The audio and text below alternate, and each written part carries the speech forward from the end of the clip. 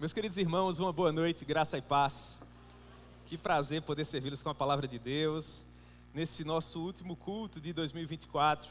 Até aqui nos ajudou o Senhor. Nós estamos muito felizes com tudo que temos vivido ao lado do nosso Deus. Deus foi misericordioso para conosco. A boa mão do Senhor que nos tomou no princípio desse ano, assim como no princípio da nossa própria caminhada, foi suficiente para nos conduzir seguros até o final. E nós somos o povo mais feliz da terra. Nós sabemos de onde nós saímos, nós sabemos o que foi feito por nós sabemos para onde nós vamos. E 2024 foi uma etapa dentro dessa nossa jornada. Daqui a poucas horas, nós estaremos, com a ajuda do Senhor, iniciando 2025. E a boa mão do Senhor permanecerá conosco, ao tempo em que nós vamos seguindo de cabeça erguida, em direção à nossa amada Jerusalém Celestial. Somos esses peregrinos, esses forasteiros. Nós sabemos que o nosso lar não é aqui. Aqui nós somos forasteiros, aqui nós estamos em peregrinação. Sabemos que precisamos comer, beber, nos vestirmos. Precisamos ser protegidos do sol, da chuva. Logo precisamos das nossas casas, apartamentos. Precisamos dos nossos veículos. Precisamos das nossas economias. Tudo isso é para ontem, é urgente. Mas o que de fato nós precisávamos de mais importante, isso nós já recebemos, que foi a vitória do Calvário, o sacrifício vicário do Senhor Jesus, o nosso triunfo sobre a morte e sobre o nosso principal inimigo. E agora nós sabemos que não possuímos mais oposição à altura. Nós podemos caminhar com a cabeça erguida, sem temer aquilo que nos aguarda no porvir, porque maior é aquele que se encontra conosco. E terminar um ano com uma reflexão como essa traz muita paz ao nosso coração. Na verdade, uma paz que excede todo o entendimento. E me parece que um culto como esse, essa oportunidade de concluirmos o último domingo do Senhor, o último dia do Senhor, seria muito oportuno uma palavra de agradecimento. Então será essa a mensagem que eu gostaria de compartilhar com vocês hoje à noite, uma mensagem de agradecimento. E para tanto eu gostaria de convidá-los a abrirem suas Bíblias comigo na epístola que o apóstolo Paulo escreveu à igreja de Filipos. Portanto, Filipenses capítulo 4, a partir do verso 10, nós estaremos lendo até o verso 20, maneira com que o apóstolo Paulo agradeceu essa comunidade preciosa por mais uma oferta missionária que ele havia recebido, suficiente para pagar o seu aluguel na cidade de Roma, para comprar o material que ele precisava para a produção das suas cartas, das suas demandas diárias. É um documento muito bonito que fala a respeito desse coração grato. E eu gostaria de poder compartilhar esse texto com vocês hoje à noite. Amém? Filipenses capítulo 4, a partir do verso 10, a palavra do Senhor nos diz assim: Alegrei-me sobremaneira no Senhor, porque agora, uma vez mais, renovastes a meu favor o vosso cuidado, o qual já tinhais antes, mas vos faltava oportunidade. Digo isto não por causa da pobreza, porque aprendi a viver contente em toda e qualquer situação. Tanto sei estar humilhado, como também ser honrado. De tudo e em todas as circunstâncias já tenho experiência, tanto de fartura como de fome, assim de abundância como de escassez. Tudo posso naquele que me fortalece. Todavia fizestes bem, associando-vos na minha tribulação. E sabeis também vós, ó Filipenses, que no início do Evangelho, quando parti da Macedônia, nenhuma igreja se associou comigo no tocante a dar e receber, senão unicamente vós outros. Porque até para Tessalônica mandastes não somente uma, mas 2 vezes o bastante para as minhas necessidades. Não que eu procure o donativo, mas o que realmente me interessa é o fruto que aumente o vosso crédito. Recebi tudo e tenho abundância, estou suprido, desde que Epafrodito me passou as mãos, o que me veio de vossa parte como aroma suave, como sacrifício aceitável e aprazível a Deus. E o meu Deus, segundo a sua riqueza em glória, há de suprir em Cristo Jesus cada uma das vossas necessidades. Ora, a nosso Deus e Pai, seja a glória pelos séculos dos séculos. Amém. que o bom Deus possa propor a sua palavra ao nosso coração. Vamos orar, meus irmãos. Meu Deus, nós te amamos com toda a força do nosso coração. Muito obrigado, Pai, porque a tua boa mão nos deu o primeiro domingo de janeiro e agora o Senhor está nos dando o último. É a tua graça, Senhor, é a tua misericórdia. Obrigado, meu Deus, porque nós permanecíamos em peregrinação no princípio desse ano. E ainda hoje, no momento em que nós estamos caminhando para concluí-lo, nós ainda aspiramos à nossa amada pátria celestial. Meu Deus, não retire do nosso coração esse desejo, pelo contrário, intensifica-o, Senhor. Nós estamos aqui para te agradecer por tudo que nós vivemos em 2024. Todas as experiências, sejam elas agradáveis ou não, pelo menos do nosso ponto de vista. Mas estamos aqui orando, clamando ao Senhor, na verdade, para que o Senhor continue segurando a nossa mão ao longo de 2025 e de todos os demais anos em que nós estaremos aqui, contribuindo com a expansão do teu reino e com a manifestação da tua glória. Meu Deus, se conosco agora para que nós possamos compreender a tua preciosa palavra. Esse texto é magnífico, ele fala de agradecimento, de um coração grato. E esse é o sentimento que perpassa as nossas mentes e os nossos corações hoje à noite. Nós queremos agradecer, Senhor. Portanto, se conosco e nos permita algumas aplicações práticas para as nossas vidas nesse texto que nós acabamos de ler.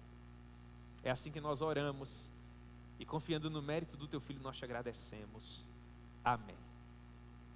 Pois bem, meus irmãos, nós estamos diante de um documento escrito pelo poderoso apóstolo Paulo, missionário aos gentios. No momento em que ele escreveu esse documento, ele se encontrava naquilo que atualmente nós poderíamos chamar de uma espécie de prisão domiciliar. Na segunda metade do primeiro século depois de Cristo, Paulo se tornou o pregador mais conhecido da cristandade. E foi por causa disso que ele foi preso em Jerusalém, sob falsas acusações dos principais líderes dos judeus. Ele foi transferido de Jerusalém para Cesareia Marítima, onde ele amargou um cárcere inglório de 2 anos. E percebendo que não haveria saída para um julgamento justo em Cesareia, sendo cidadão romano, tendo esse direito, essa prerrogativa, ele apela para o imperador, ele apela para Nero, de modo que ele é transferido de Cesareia para Roma, e estando em Roma, ele sofre mais 2 anos desse cárcere inglório, perfazendo 4 anos atrás das grades, sem ter feito absolutamente nada para merecer. Paulo era um pregador do evangelho, um homem apaixonado pelo Senhor Jesus. Na verdade, ele queria contribuir para a transformação das vidas das pessoas que eram alcançadas pelas palavras que fluíam dos seus lábios como verdadeiras torrentes de graça. E foi por causa disso que ele foi preso. Mas a boa mão do Senhor estava por trás de tudo isso. Os meios de graça que nós tanto amamos estavam trabalhando. Porque segundo o próprio apóstolo Paulo vai compartilhar conosco, ele, Paulo, fisicamente falando, estava preso. Ele estava por trás das grades. Mas a palavra do Senhor não estava presa. Pelo contrário, ela prosperava. A igreja era encorajada, ela crescia.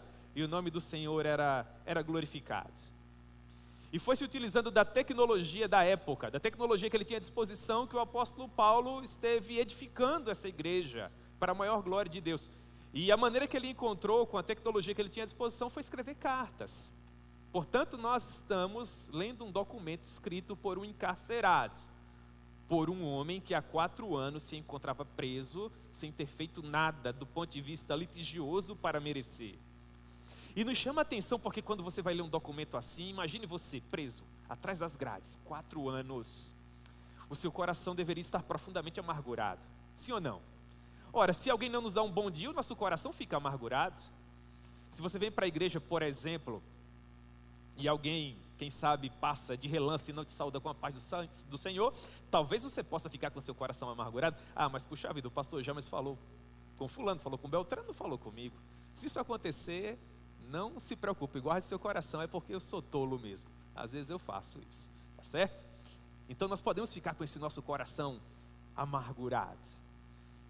Seria algo justificável do ponto de vista humano se nós estivéssemos lendo a carta de um homem dizendo assim: ah, mas ninguém me ama, ah, mas ninguém me vê, eu estou aqui preso, injuriado, difamado, e onde se encontra aqueles irmãos do princípio da caminhada, aqueles meus amigos mais achegados, mas porque ninguém está aqui comigo, porque Deus não me ama, porque Deus não me vê, porque Deus não ouve as minhas orações. Você faz uma leitura de Filipenses, você não encontra isso, é impressionante, irmãos. Essa resiliência que havia no coração do apóstolo Paulo, apesar dos dissabores que ele experimentava. E eu quero acreditar que isso foi possível porque a boa mão do Senhor era com ele. Paulo sabia disso. Paulo sabia que a vida dele não era decidida na terra pelo viés de um imperador, mas a vida dele era decidida no céu pela providência de um Deus que é todo amor, que é gracioso, que é misericordioso. E esse sentimento transborda do coração do apóstolo Paulo, e não é à toa que a epístola que ele escreveu aos Filipenses é conhecida como epístola da alegria. Isso é contraproducente, não parece loucura do ponto de vista humano? Como é que um homem, humanamente falando, perde 4 anos da sua vida, ele no final da sua jornada vai escrever uma carta, e essa carta é conhecida como a carta da alegria, mas ela deveria ser a carta da angústia, ela deveria ser a carta do desassossego, da desesperança, mas não é, porque Deus é bom. Nós enfrentamos tantas lutas em 2024, algumas pessoas preciosas receberam diagnósticos terríveis, outros perderam parte dos bens, outros atravessaram o mar tempestuoso dos problemas familiares, da luta com os cônjuges, com os filhos, do desemprego. Mas se nós conversássemos com esses irmãos preciosos hoje à noite, nós perceberíamos que eles estão em triunfo. Eles diriam: até aqui me ajudou o meu rei, até aqui me ajudou o meu Senhor, eu estou feliz. E se você conversasse com esses mesmos irmãos, quarta-feira da semana passada, você veria eles transbordando de alegria, porque terça-feira da semana passada, se você não participou da nossa ceia aqui, você perdeu um momento glorioso. Mas como foi bom, não foi, irmãos? Culto ao Senhor, mesa farta, os irmãos comendo, sorrindo, se divertindo, foi precioso. A noite de terça-feira passada vai ser uma daquelas noites que eu vou levar no meu coração para a glória, sabe? Daquelas que daqui 10, 20 anos a gente vai conversar dizendo assim: mas aquele Natal de 2024 foi precioso. E estavam assentadas naquelas mesas bem adornadas que as irmãs prepararam com muito carinho para nós, pessoas que estão em batalha. Pessoas que naturalmente possuem problemas no casamento, porque todo mundo tem. Pessoas que possuem problemas no contato com os filhos, porque todo mundo tem. Pessoas que não têm a conta bancária que gostariam de ter, ou os investimentos que sempre sonharam. Pessoas que, quem sabe, não estejam profissionalmente falando no patamar que gostariam, com a idade que têm, mas todas elas sorridentes, felizes, se confraternizando. Sabe por quê? Porque maior é aquele que se encontra conosco. Muito mais preciosa é a vitória que nós já temos. Tudo se torna acessório se comparado ao triunfo do Calvário. É verdade, irmãos, nós, quem sabe, ainda não somos aquilo que nós gostaríamos de ser. Mas louvado seja o nome do Senhor, nós não somos mais quem nós éramos. Nós melhoramos, nós progredimos. Eu olho com muita alegria para algumas famílias aqui da nossa igreja, e eu fico maravilhado, agradecendo ao meu Deus pela maravilha que eu tenho visto nessas famílias.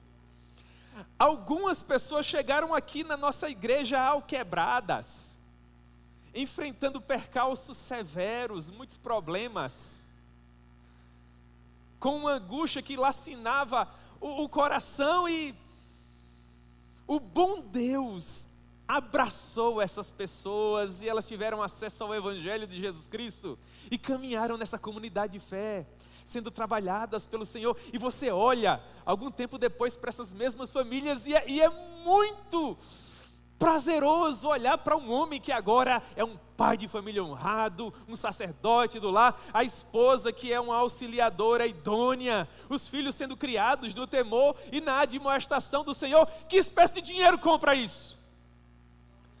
Eu vinha para essa igreja hoje à noite com a minha família, e eu passava por uma outra família, que vinha a pé caminhando pela calçada, o papai, a mamãe, 3 filhos pequenos, e eu dizia para a Raíssa, não há nada mais belo que uma família caminhando para a igreja, para louvar a Deus. Isso é magnífico. Como eu estou feliz hoje à noite de olhar para vocês, para o que Deus tem feito nas vidas de vocês. Nós temos alguns garotos aqui que vão ser pregadores poderosos do Evangelho, irmãos. Que vão ser muito melhores que o pastor Rony, que o pastor Euda, que eu, que o Jorge. Jorge é o nosso caçula, né? Mas vão ser muito melhores. Não tiveram que passar, quem sabe, pelos percalços que nós passamos. Como diz a irmã Janeide, o começo é sempre muito importante. E esses jovens começaram muito bem, pela graça de Deus, sendo alcançados por uma boa teologia, tendo acesso a livros maravilhosos. E você já percebe a retórica, você já percebe a hermenêutica, a homilética. Sobem no púlpito e parecem gigantes espirituais, mesmo sendo tão jovens. O que pode causar mais alegria ao coração de um pastor, irmãos? Não é nada. As nossas filhas crescendo para se tornar mulheres de Deus. Olha os valores das nossas filhas. Vai conversar com a moça aqui da igreja.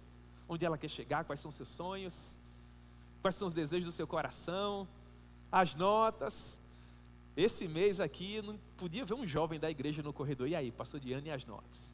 E aí, passou, como é que tá? Alguns já foi quase no 47 do segundo tempo, mas nós terminamos em triunfo, não é? Essa é a alegria do meu coração. Paulo agradece à igreja de Filipos, porque a igreja de Filipos tinha essa sensibilidade. Era uma igreja que amava o apóstolo Paulo. Quando Paulo saiu de Antioquia para a sua segunda viagem missionária, Paulo queria evangelizar a província romana da Ásia Menor, aquela região mais ao norte. Bitínia, Mísia, Ponto, Ásia, Capadócia. Mas Lucas vai nos dizer em Atos capítulo 16 que ele foi impedido pelo Espírito de Jesus. É impressionante, o maior teólogo de todos os tempos, o maior missionário de todos os tempos, queria pregar o evangelho e não conseguia. Não é que Paulo perdeu o vocabulário, não é que a teologia dele caiu por terra. A sensação que eu tenho lendo Atos capítulo 16, do verso 1 ao verso 9, é que as engrenagens não estavam lubrificadas. A semelhança do que aconteceu, por exemplo, com os carros de Faraó perseguindo o povo no meio do Mar Vermelho. Moisés vai nos dizer que os carros de Faraó tinham dificuldade em sua locomoção. Não é que as rodas da carruagem ficaram quadradas, sabe, irmãos? Elas estavam funcionando da mesma forma, mas é que a coisa não fluía, não acontecia. Eles apertavam com os cavalos para que os cavalos fossem mais depressa. Não acontecia nada. Talvez o apóstolo Paulo, pregando naquela região, naquela província, se esforçasse com toda a sua experiência, com toda a sua teologia, mas o que ele via nas cidades, nas províncias anteriores, ele não via por ocasião do princípio da segunda viagem missionária. Paulo se via um tanto desorientado. Então ele deixa por um momento aquela viagem, contornando a Mísia, ele chega até a cidade de Troade. Ele permanece evangelizando ali, acontece uma coisa preciosa em Troade. Lucas, o médico, se converte. É uma maravilha. A caravana aumenta, agora nós temos Paulo, Silas, Lucas, Timóteo, uma coisa preciosa. E então Paulo finalmente recebe a orientação. Ele tem uma visão em que um varão macedônio diz: atravessa a Macedônia e ajuda-nos. E do ponto de vista cristão, quando nós temos uma orientação como essa, não é? Deus dizendo: olha, não estava acontecendo aí porque eu quero você aqui. Paulo queria uma província romana, Deus queria o continente europeu. Os caminhos de Deus mais excelentes, os pensamentos de Deus mais excelentes. Cabe até uma aplicação aqui. Talvez você esteja enfrentando algum percalço na sua jornada. Talvez Deus deseje te dar algo maior, algo mais poderoso, algo mais glorioso. Os caminhos de Deus são mais excelentes que os nossos. Então Paulo atravessa todo o Mediterrâneo, ele chega à primeira cidade da Europa, que foi evangelizada por ele, a cidade de Filipos. E do ponto de vista humano, já que Deus queria Paulo na Europa, a impressão que nós temos é que agora tudo vai acontecer, tudo vai ser uma bênção, porque afinal de contas, era a ordem do Senhor. Vai para a Europa. Mas quando Paulo chega em Filipos, o que acontece é uma surra. Paulo vai receber uma das suas famosas surras com varas. Ele recebeu pelo menos 5. A lei romana dizia que se um prisioneiro recebesse 50 chibatadas, ele nunca mais poderia sofrer a mesma pena, o mesmo castigo. 50 era o máximo. Aí em Paulo eles davam 49. Por isso ele vai dizer em 2 Coríntios capítulo 11, eu recebi dos judeus 5 quarentenas de açoites menos 1. Aí é fácil quem é bom de matemática, né? Vamos lá. 5 vezes 40 dá quanto? 200 menos 5, 195. Então Paulo, só desse tipo de castigo, recebeu 195 chibatadas. Vocês imaginam as costas do apóstolo Paulo como eram? Mas meu Deus, que coisa impressionante. E naquele mesmo dia, após aquela surra tremenda, ainda aconteceu um terremoto em Filipos. E quase que o presídio cai na cabeça do apóstolo Paulo. Aí você gasta alguns segundos imaginando como é que acontece um terremoto tão forte, que as algemas que prendiam os missionários pelos pés e pelas mãos num tronco, num calabouço, se rompem. Mas a estrutura do prédio não sofre tamanho dano e o prédio não desaba. Como é que correntes se quebram, os presos são todos libertos e o prédio não cai? Como é que pode isso, não é, irmãos? Pois bem, coloca tudo isso na conta. Você vai ler Filipenses capítulo 1. Aí Paulo diz assim, Filipenses 1:3. Dou graças ao meu Deus por tudo que me recordo. Às vezes você vai no restaurante, não é bem atendido, você fala, nunca mais eu venho aqui. Às vezes você vai fazer uma visita, o pessoal não te trata tão bem. Você fala, não gostei, eu acho que não venho mais aqui. O cara vai numa cidade, toma uma tremenda surra, depois passa por um terremoto e finalmente é expulso da cidade. Ele vai escrever uma carta para essa igreja e diz, eu agradeço a Deus tudo que eu vivi com vocês. Gratidão. Gratidão não tem a ver com os dissabores da vida. Se você só fosse grato porque tudo deu certo, você não seria grato a nada nem a ninguém.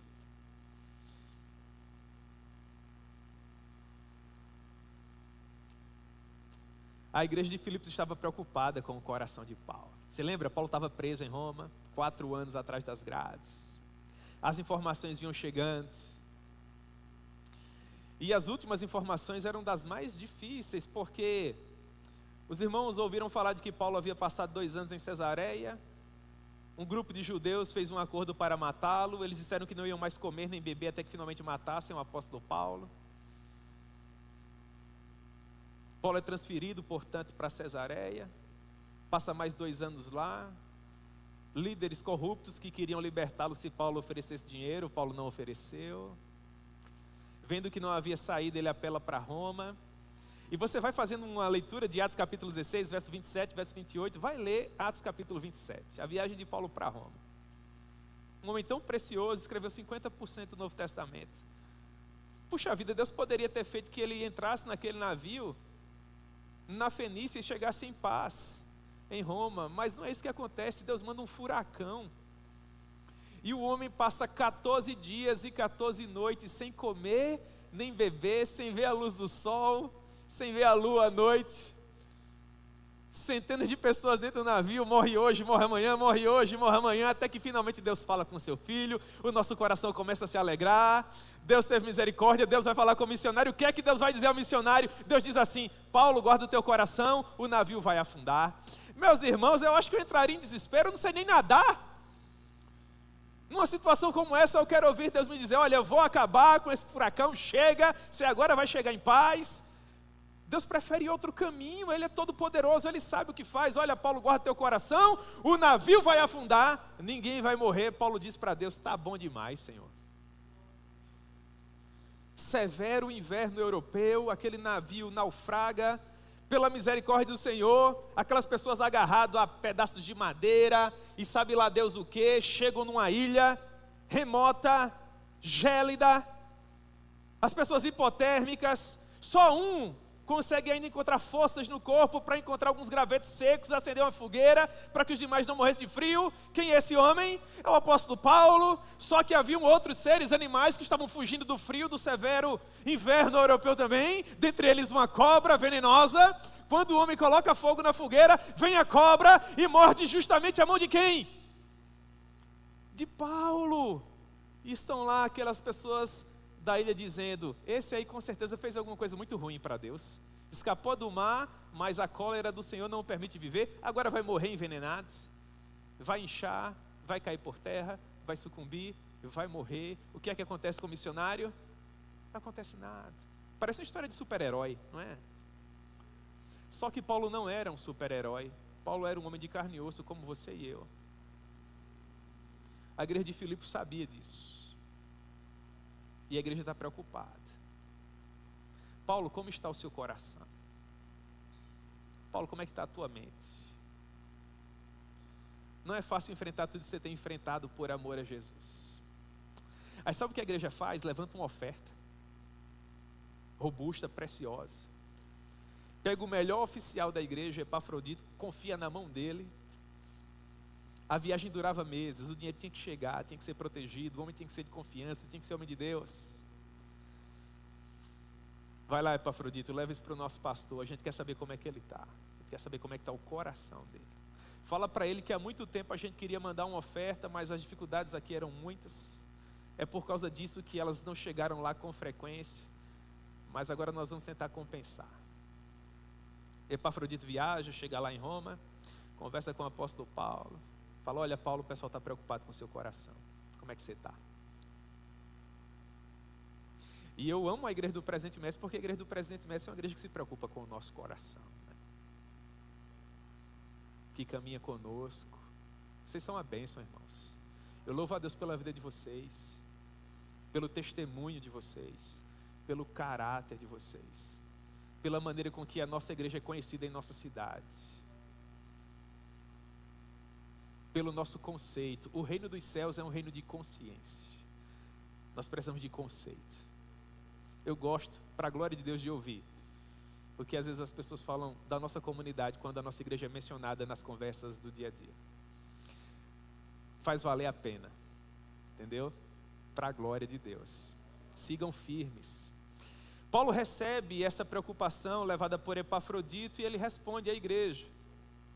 Ele diz assim para os irmãos, Filipenses capítulo 1, verso 12.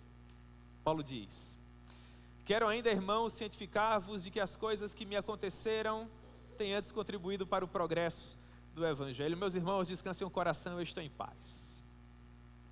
4 anos preso, depois de ter passado por naufrágio, cobra venenosa, sabe lá Deus mais do que esse homem passou.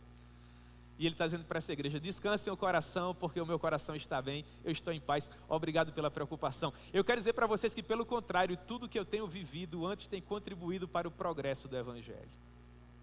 Os irmãos têm olhado para as minhas experiências e eles têm encontrado forças no meu testemunho para pregar a palavra de Deus com mais ousadia, com mais coragem. Eu estou bem. Irmãos, nesse final de ano nós paramos para agradecer a Deus pelas pessoas que se preocuparam conosco, que caminharam conosco, pelos telefonemas que recebemos, pelas mensagens, pelas palavras de encorajamento. Aqueles dias em que às vezes a gente não veio na terça, não veio do domingo, no próximo culto você estava aqui, chegou um irmão para você e falou: rapaz, eu estava preocupado, o que foi que aconteceu? Você faltou um culto, 2 cultos, você não é de faltar. Eu olhava ali para a sua cadeira, não via você, e é impressionante. Se você nos visita hoje à noite ou nos acompanha pela internet, cada irmão da igreja do Presidente Médici senta na mesma cadeira todo culto. Não tem como você errar, entendeu? É impressionante, irmão. Vocês adotam essas cadeiras, é? E é interessante que às vezes o irmão chega mais cedo, ele respeita, ele não senta, né? Eu acho que ele diz assim: essa aqui é a cadeira do fulano, e não senta não. Fica lá esperando, é tão bonito, irmãos. Talvez seja um meio de graça, não é? Deus dizendo: o seu lugar está reservado aqui na glória. Eu gosto muito de um pensamento do pastor Joel Bick. O pastor Joel Bick é um pastor da velha guarda, de uma teologia que às vezes é meio que deixada de lado, né? Teologia puritana. E ele disse algo numa conferência que ele esteve participando aqui no Brasil, irmãos, foi como que o Espírito Santo escrevendo sobre as tábuas de carne do meu coração. O pastor Joel Bick disse que no céu não haverá cadeiras vazias. É bonito isso, não é? Então, se você gosta dessa sua cadeirinha aqui, imagine como você não vai amar a sua cadeira lá no céu. Essa daí que vai ser preciosa. A igreja de Filipos era uma igreja amorosa, ela se preocupava com o coração do apóstolo Paulo. mas a igreja de Filipos também era uma igreja obediente. A igreja do Médici, da mesma forma, é uma igreja que ama e também é uma igreja que obedece. Obedecer não é fácil, né? Às vezes o pastor vai chegar para você porque ama você e vai te dar algum conselho em área da sua vida que é cara ao seu coração. E para que você melhore, e pelo fato dele se importar com você, ele vai dizer, olha, tem cuidado. Eu vou dar exemplos hipotéticos, tá bom, irmãos? Tem cuidado com essa amizade. Vi você caminhando aí com...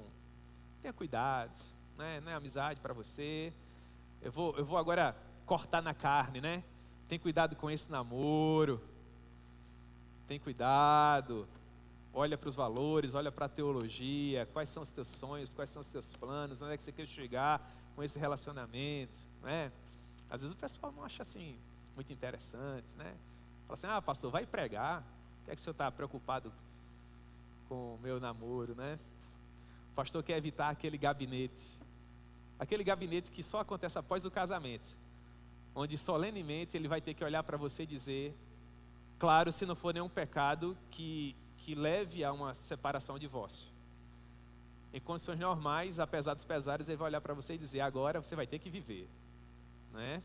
Para usar um ditado popular, ajoelhou, agora vai ter que rezar, né? E muito, porque às vezes só João 3,16, sabe? Às vezes o problema é tão severo que aconselhamento no gabinete não resolve. Você tem que olhar para um dos cônjuges e dizer assim, olha meu filho, presta atenção, Deus amou o mundo de tal maneira que enviou seu Filho unigênito para morrer por nós, você tem que se converter. Porque se você não se converter, você não vai ter como ser bom marido, ou se você não se converter, você não vai ter como ser uma boa esposa. Então, preocupado com isso, às vezes o pastor já aconselha no namoro, para que dê tudo certo, no casamento, para a glória de Deus, mas às vezes é algo do vocabulário, às vezes é algo da vestimenta, né? O pastor tem aquela paciência quando você se converte, vem caminhando aqueles primeiros anos, ou meses, anos já é muita coisa, né? Meses. Mas depois de alguns meses o pastor, olha, vamos botar uma roupinha evangélica agora, né?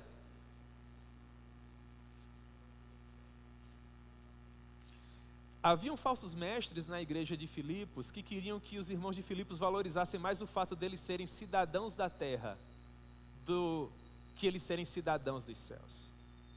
Existem pessoas da mesma forma que, assim como os falsos mestres de Filipos, vão dizer para você que você tem que aproveitar a sua vida agora. E esse aproveitar a sua vida agora é correndo o risco de perder o seu relacionamento com Deus. Porque não existe problema em você ser feliz aqui e ser feliz no porvir. Mas existem algumas pessoas que não possuem uma boa teologia, que não estão preocupadas com a sua alma eterna e que querem que você assuma determinados compromissos, ou frequente determinados lugares, ou se relacione com determinadas pessoas que não vão trazer bons valores para a sua vida e para o seu relacionamento com Deus. E então seus líderes espirituais vão se preocupar com isso e vão dar o mesmo conselho que Paulo deu à igreja de Filipos. Filipenses 1:27, o apóstolo Paulo diz: vivam acima de tudo por modo digno do evangelho de Cristo. Filipos era uma colônia romana. Quem vivia em Filipos vivia à romana, esse craseado, ao estilo romano. As roupas, a comida, o comportamento, as leis, tudo era baseado na cidade de Roma. Viver em Filipos seria como viver em Roma, só que com custo de vida bem mais baixo. Então, pessoas da aristocracia, altos funcionários públicos deixavam a cidade de Roma e se mudavam para Filipos, porque tudo que Roma podia oferecer, Filipos também oferecia, só que bem mais em conta, bem mais barato. Os falsos mestres olhavam para os cristãos e diziam: vocês são cidadãos romanos, vivem a romana, e por que vocês se comportam dessa maneira? Como pessoas que aspiram o porvir sem querer usufruir o presente. Eu repito, você pode ser feliz hoje, não há problema nenhum, desde que você não peque. Então Paulo, que ama aquela igreja, mesmo sabendo que alguns irmãos poderiam se desapontar, está dizendo: tenham cuidado, para que vocês não se enamorem tanto com a beleza da paisagem, da viagem, ao custo de perder a beleza daquilo que lhes aguarda no final. Se os irmãos de Filipos se enamorassem muito mais por sua cidadania romana, eles colocariam os olhos naquilo que eles tinham no momento e deixariam de olhar para aquilo que lhes aguardava no final, e é tudo isso que um pastor não quer.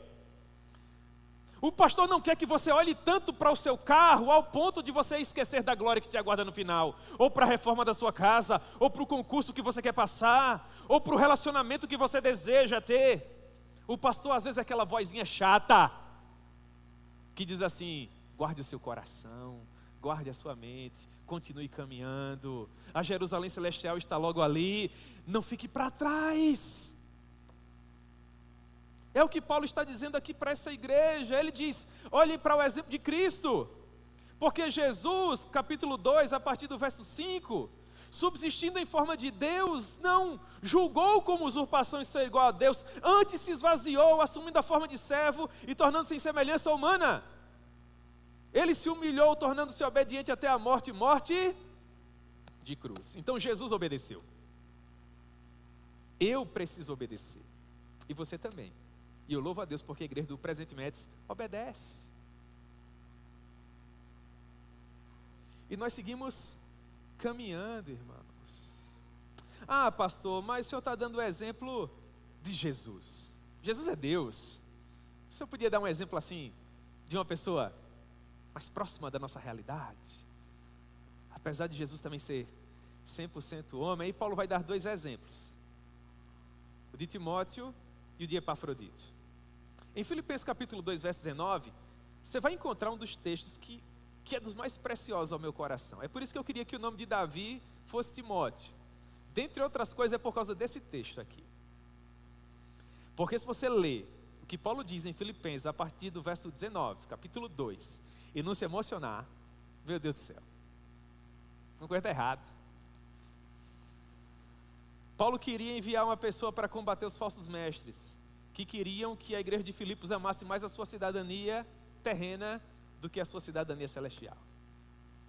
Aí Paulo vai enviar Timóteo. Olha o que ele diz de Timóteo, Filipenses 2,19.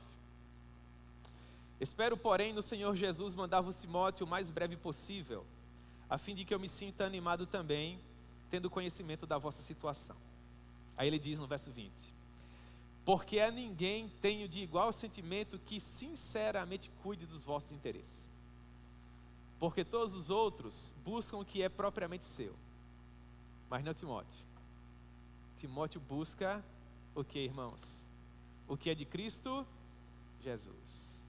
Aí o que Paulo diz no verso seguinte, aí é que me emociona, sabe? Que ele diz assim: e conheceis o seu caráter provado, pois serviu o evangelho junto comigo, assim como um filho ao Pai. Timóteo estava em Éfeso, com 30 anos de idade. A Bíblia não nos diz, mas numa época em que geralmente as pessoas se casam, têm filhos, planejam sua vida. A igreja de Éfeso era uma igreja grande, robusta teologicamente, sabe? Vivendo um bom momento. Não é a igreja de Apocalipse capítulo 2, é a igreja de Atos capítulo 19, sabe? A igreja pela qual eu me apaixonei. Eu sou da igreja de Éfeso. Aí Paulo escreve uma carta dizendo: eu vou mandar Timóteo para ir o mais rápido possível. O que é que Paulo está dizendo? Eu estou na Europa, Paulo está lá na província romana da Ásia, na região mais ao sul, mas eu tenho certeza de que quando ele souber que eu preciso dele na Europa, ele vai atravessar todos os mares que sejam necessários, e ele vai chegar, porque Timóteo não busca os seus próprios interesses, Timóteo busca os interesses de Cristo. E mais, vocês conhecem o seu caráter provado, a maneira com que esse garoto tem servido ao evangelho lado a lado, junto comigo, assim como um filho serve ao Pai. Existem alguns irmãos, se não praticamente todos aqui na igreja do Presente Médici, que são pessoas com as quais nós podemos contar, né? Isso é magnífico, irmãos. Você faz assim, ó, vai ter um jantar, o que é que você pode trazer? Ele fala assim: eu quero trazer uma lasanha. Aí vem uma moça solteira, ela não é casada com filhos, ela faz assim: eu vou trazer uma macarronada, eu vou trazer uma sobremesa, e eu vou trazer mais isso, trazer mais aquilo. Aí a pessoa que está organizando fala assim: olha, você não precisa trazer tanta coisa, você é uma moça solteira, sozinha, traz o que for mais simples. Ela fala assim: não, eu quero cooperar, eu quero ajudar, eu me identifico, eu amo, eu quero abençoar os meus irmãos. Aí você fica Só dizendo assim: ô Senhor Jesus, volta hoje para essa moça não perder essa alegria, para ela não perder esse prazer, para ela não perder essa paixão, né? Eu coloquei a minha cabeça no travesseiro terça-feira e eu disse para Deus: Senhor, se o Senhor pudesse voltar hoje, seria perfeito para mim, para os meus irmãos poderem voltar para casa com essa alegria, porque amanhã é quarta e alguém vai, quem sabe, se entristecer, se decepcionar, a gente vai ter que pagar as contas do final do mês, aí começa tudo de novo, e aquelas pessoas voltando para casa tão felizes, não é? O Jonathan Edwards, ele cavalgava o seu cavalo no campo, orando a Deus, e ele era arrebatado, vivia experiências preciosas, e ele escrevia no seu diário: por que não hoje, Senhor? Por que o Senhor não me leva hoje? Se a gente tivesse voltado para casa terça-feira à noite, irmãos, nós chegaríamos muito felizes no céu, não é? Mas venceremos. Noites gloriosas ainda virão. A igreja era amorosa, a igreja era obediente. E agora nós vamos encerrar: a igreja era generosa. E se eu tivesse que definir a igreja do Presente Médici em uma palavra, dentre tantas, eu diria que a igreja do Médici é uma igreja generosa. Você viu o informativo missionário do pastor Geraldo? Ah, irmão, você fica feliz da vida. E ele foi assim na ordem, né? Olha, e a gente tem cooperado com o missionário fulano, e o missionário Beltrano, e o missionário fulano, e o missionário Beltrano. E eu, meu Deus do céu, quanta gente, como é que a gente consegue ajudar esse povo todo? Com o recurso que temos, os objetivos que temos. Aí depois ainda vem um pastor no mês de dezembro, que é o mês da matrícula, o mês das últimas mensalidades, o mês do material escolar, o mês da sua ceia de Natal, da sua roupa de Natal, da sua roupa de Réveillon. Um mês você vai receber amigos, você vai receber familiares, você vai fazer aquele churrasco, vai comprar o presente do amigo secreto, você vai para 300 confraternizações. Aí vem um pastor e fala assim: esse mês nós precisamos dobrar a oferta para mandar o 10º dos missionários. A igreja do Médici é uma igreja generosa, irmãos. Eu estou tão feliz hoje à noite com vocês aqui, irmãos. Eu liguei para a Márcia, né? Liguei e mandei uma mensagem. Márcia é a tesoureira da igreja, acho que há uns 20 anos ou mais. Eu falei: Márcia, ela aí. Ela falou assim: pastor, como sempre, não faltou. Deus é muito bom, irmãos. Não é o valor que nós gostaríamos de mandar. Eu gostaria de mandar, meu Deus do céu, tudo que os missionários merecem, mas é o nosso melhor, é o que nós podemos. E eu sei que chega com o sentimento de que nós amamos, que nós nos importamos, isso que conta. Você entendeu? E nesse aspecto nós somos, em parte, semelhantes à igreja de Filipos. E é por isso que eu pensei esse texto para compartilhar com vocês. Por quê? Houve uma época que a igreja de Filipos estava passando uma provação muito severa.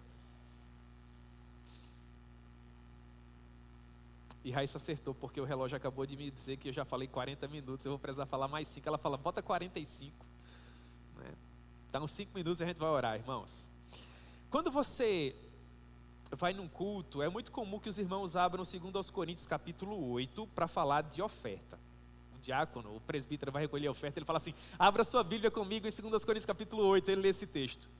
Também, irmãos, vos fazemos conhecer a graça de Deus concedida às igrejas da Macedônia, porque no meio de muita prova de tribulação manifestaram abundância de alegria, e a profunda pobreza deles superabundou em grande riqueza da sua generosidade, porque eles, testemunho eu, na medida das suas posses e mesmo acima delas, se mostraram voluntários, pedindo-nos com muitos rogos a graça de participarem da assistência aos santos. O que é que está acontecendo aqui? Paulo estava levantando mais uma oferta missionária, e a igreja da Macedônia queria participar. Leia-se Filipos, Tessalônica. Só que eles estavam numa prova severa. Paulo diz que eles estavam no meio de muita prova de tribulação. Enfrentando profunda pobreza. Então Paulo fala assim: olha, irmãos, dessa vez vocês não vão participar, porque vocês estão precisando para vocês. Como é que vocês vão participar? E a igreja de Filipos fala assim: não, Paulo, coisa nenhuma. A gente quer participar. Aí ficou aquela queda de braço, participa, não participa, participa, não participa. Porque se olha para o verso 4, ele está escrito assim, 2 Coríntios 8:4, pedindo-nos com muitos rogos a graça de participarem da assistência aos seus. Eles imploraram, não, Paulo, a gente quer participar, nós amamos a igreja de Jerusalém, nós queremos ajudar a nossa igreja mãe. Então Paulo diz que no meio de muita prova de tribulação, eles manifestaram abundância de alegria. E a profunda pobreza deles superabundou em grande riqueza da sua generosidade. Porque eles, testemunho eu, e é o testemunho de um apóstolo de Jesus Cristo, ele diz, porque eles, testemunho eu, na medida das suas posses e mesmo acima delas, se mostraram voluntários. O que é isso, irmãos? Generosidade. Generosidade.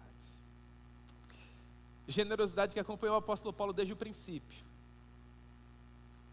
Quando Paulo saiu, após a surra que levou em Filipos, assim que ele plantou a igreja, a primeira cidade que ele foi Tessalônica. Ele só passou 3 semanas em Tessalônica, 21 dias. E em 21 dias a igreja de Filipos mandou 2 ofertas para ele.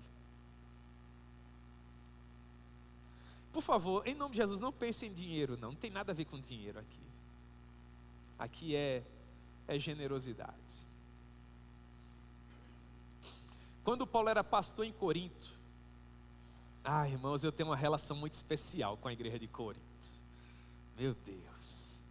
Mas eu amo a igreja de Corinto, sabe, irmãos? Mas eu tenho um relacionamento especial com a igreja de Corinto. Muito especial.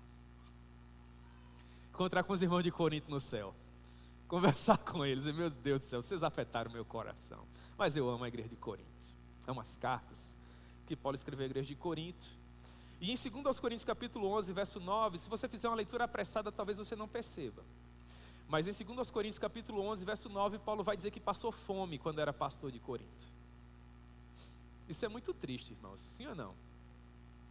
Ele diz, estando entre vós, leia-se, sendo pastor em Corinto, ao passar privações, eu não disse a ninguém. Ninguém. Quando eu li isso aqui a primeira vez na minha vida, acho que eu era seminarista. Meu Deus do céu, começou a minha relação com a igreja de Corinto. Aí ele continua dizendo assim, mas os irmãos, quando vieram da Macedônia, você sabe que igreja ficava na Macedônia? Você sabe, né? A igreja de Filipos. Supriram o que me faltava. E em tudo me guardei e me guardarei de você pesar. A igreja soube que Paulo estava passando privação em Corinto. E a igreja prepara uma oferta e manda para o missionário. Agora nós temos um apóstolo Paulo com cerca de 64 anos de idade.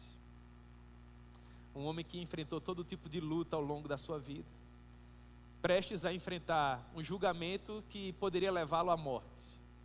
Assim como aconteceu pouco depois. E ele escreve agradecendo por mais uma oferta que ele recebeu. E ele diz, meu Deus, como eu fiquei feliz no Senhor, porque vocês renovaram ao meu favor o vosso cuidado. Como eu fiquei feliz. Eu sei que vocês gostariam de ter mandado essa oferta para mim muito antes, mas eu sei que vocês não tiveram a oportunidade, eu sei. Eu conheço vocês. E eu digo isso não por causa da pobreza, porque eu aprendi a viver contente em toda e qualquer situação. Eu creio que Paulo pôde dizer isso porque ele passou fome lá em Corinto. Deus foi com ele e Paulo, por conta de experiências como essa, pode dizer, eu sei ser honrado, assim como também sei ser humilhado. Em tudo e em todas as circunstâncias eu já tenho experiência. Ele diz, tanto de fartura como de fome, tanto de abundância como de escassez. E aí eu fiquei em paz com a igreja de Corinto, quando eu li Filipenses capítulo 4, porque se Paulo não tivesse passado pelo que ele passou em Corinto, ele não podia agora escrever o que ele escreveu aqui. O texto que nós tanto amamos, Filipenses capítulo 4, verso 13. Eu posso todas as coisas naquele que me fortalece. Mas vocês fizeram muito bem se preocupando comigo.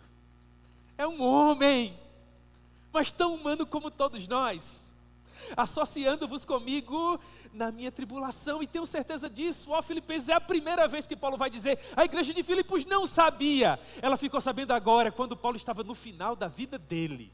Ele vai dizer no verso 15, e sabeis vós, ó Filipenses, que no princípio do evangelho, quando eu parti da Macedônia, nenhuma igreja se preocupou comigo, nenhuma igreja me enviava ofertas, nenhuma igreja queria saber como era a minha situação, senão unicamente vós outros, porque até para Tessalônica vocês mandaram não uma, mas 2 vezes aquilo que eu precisava. Não que eu procure o dinheiro de vocês, não se trata disso. O que eu realmente quero é o fruto que aumente o vosso crédito. E eu quero dizer para vocês que mais uma vez eu recebi tudo, eu tenho abundância, eu estou suprido, desde que Epafrodito me passou as mãos, o que me veio da vossa parte como aroma suave, como um sacrifício aceitável e aprazível a Deus. Muito obrigado. Paulo estava agradecendo, isso é produto de um coração grato. E é assim que eu quero terminar a minha última pregação na Igreja do Presente Médici em 2024. Muito obrigado. Eu recebi de vocês, eu estou suprido. Vocês me encorajaram, irmãos, vocês me motivaram quando eu estava triste, vocês me deixaram feliz. Quando eu dizia no meu coração, quem sabe que era tempo de mudar de igreja, de viver outras experiências pastorais, vocês foram instrumentos nas mãos de Deus para aquecer o meu coração, eu fiquei um pouco mais. Nos momentos das minhas frustrações, dos meus devaneios, quando o meu coração não estava tão forte, foram as mãos de vocês que me fortaleceram. Muito obrigado. Eu amo vocês, vocês são importantes para mim. A minha família não seria o que é se vocês não estivessem orando por nós, caminhando conosco. Como eu louvo a Deus por vocês. Eu fui ordenado aqui, vocês são a minha primeira e única igreja até agora. O pastor que eu sou, pela graça de Deus, eu sou por causa de vocês. Vocês forjaram meu caráter, vocês me lapidaram, vocês me conduziram pelas veredas do ministério, que me fizeram viver o que eu vivo hoje. Não seria o que sou se não fosse o meu Deus na minha vida e a igreja que Ele me deu para amar e cuidar ao lado desses pastores preciosos que são os meus melhores amigos. Então, por tudo isso, muito, muito obrigado. Muito obrigado. Tenho orgulho de ser o pastor de vocês, ou um dos pastores de vocês, na verdade, né? Tenho orgulho de dizer que sou da Igreja do Presente Médici, onde eu chego. O pessoal liga para convidar, às vezes, para pregar, fala, você é o pastor da Igreja do Presente Médici? Eu falo, sou sim, muito orgulho. E eu espero continuar pastor de vocês no ano que vem, se Deus permitir. Não sei se Ele tem uma outra experiência para mim. Se Ele tiver, eis-me aqui. Se Ele quiser que eu permaneça aqui no Presente Médici, eu vou ficar com muita alegria no meu coração. E eu tenho um pedido de oração para fazer a vocês, que é o pedido de oração da minha última pregação todos os anos. Quero que vocês orem a Deus para que, quando o final de 2025 chegar, eu esteja casado com a mesma esposa, sendo pai dos mesmos filhos. Eu só quero isso, irmãos. Precisam orar por nada mais. Só orem para que Deus permaneça, para que Deus me permita continuar feliz com a minha família, servindo a Ele. Tá bom demais. Tudo mais é acessório. Feliz ano novo para vocês. Muitos irmãos queriam que a gente fizesse um jantar terça-feira. Depois vocês conversem com o pastor Rony e com o Ritinho. Senhor, muito obrigado, meu Deus. É o nosso último culto de 2024. Até aqui nos ajudou, Senhor. Tu és bom. A tua misericórdia dura para sempre. Nós te amamos com toda a força do nosso coração. Seremos felizes em 2025. Não temos medo daquilo que nos aguarda. O Senhor já está lá. Nós estamos seguros. Teu nome será glorificado. E nós te amaremos e te serviremos com tudo o que temos e somos.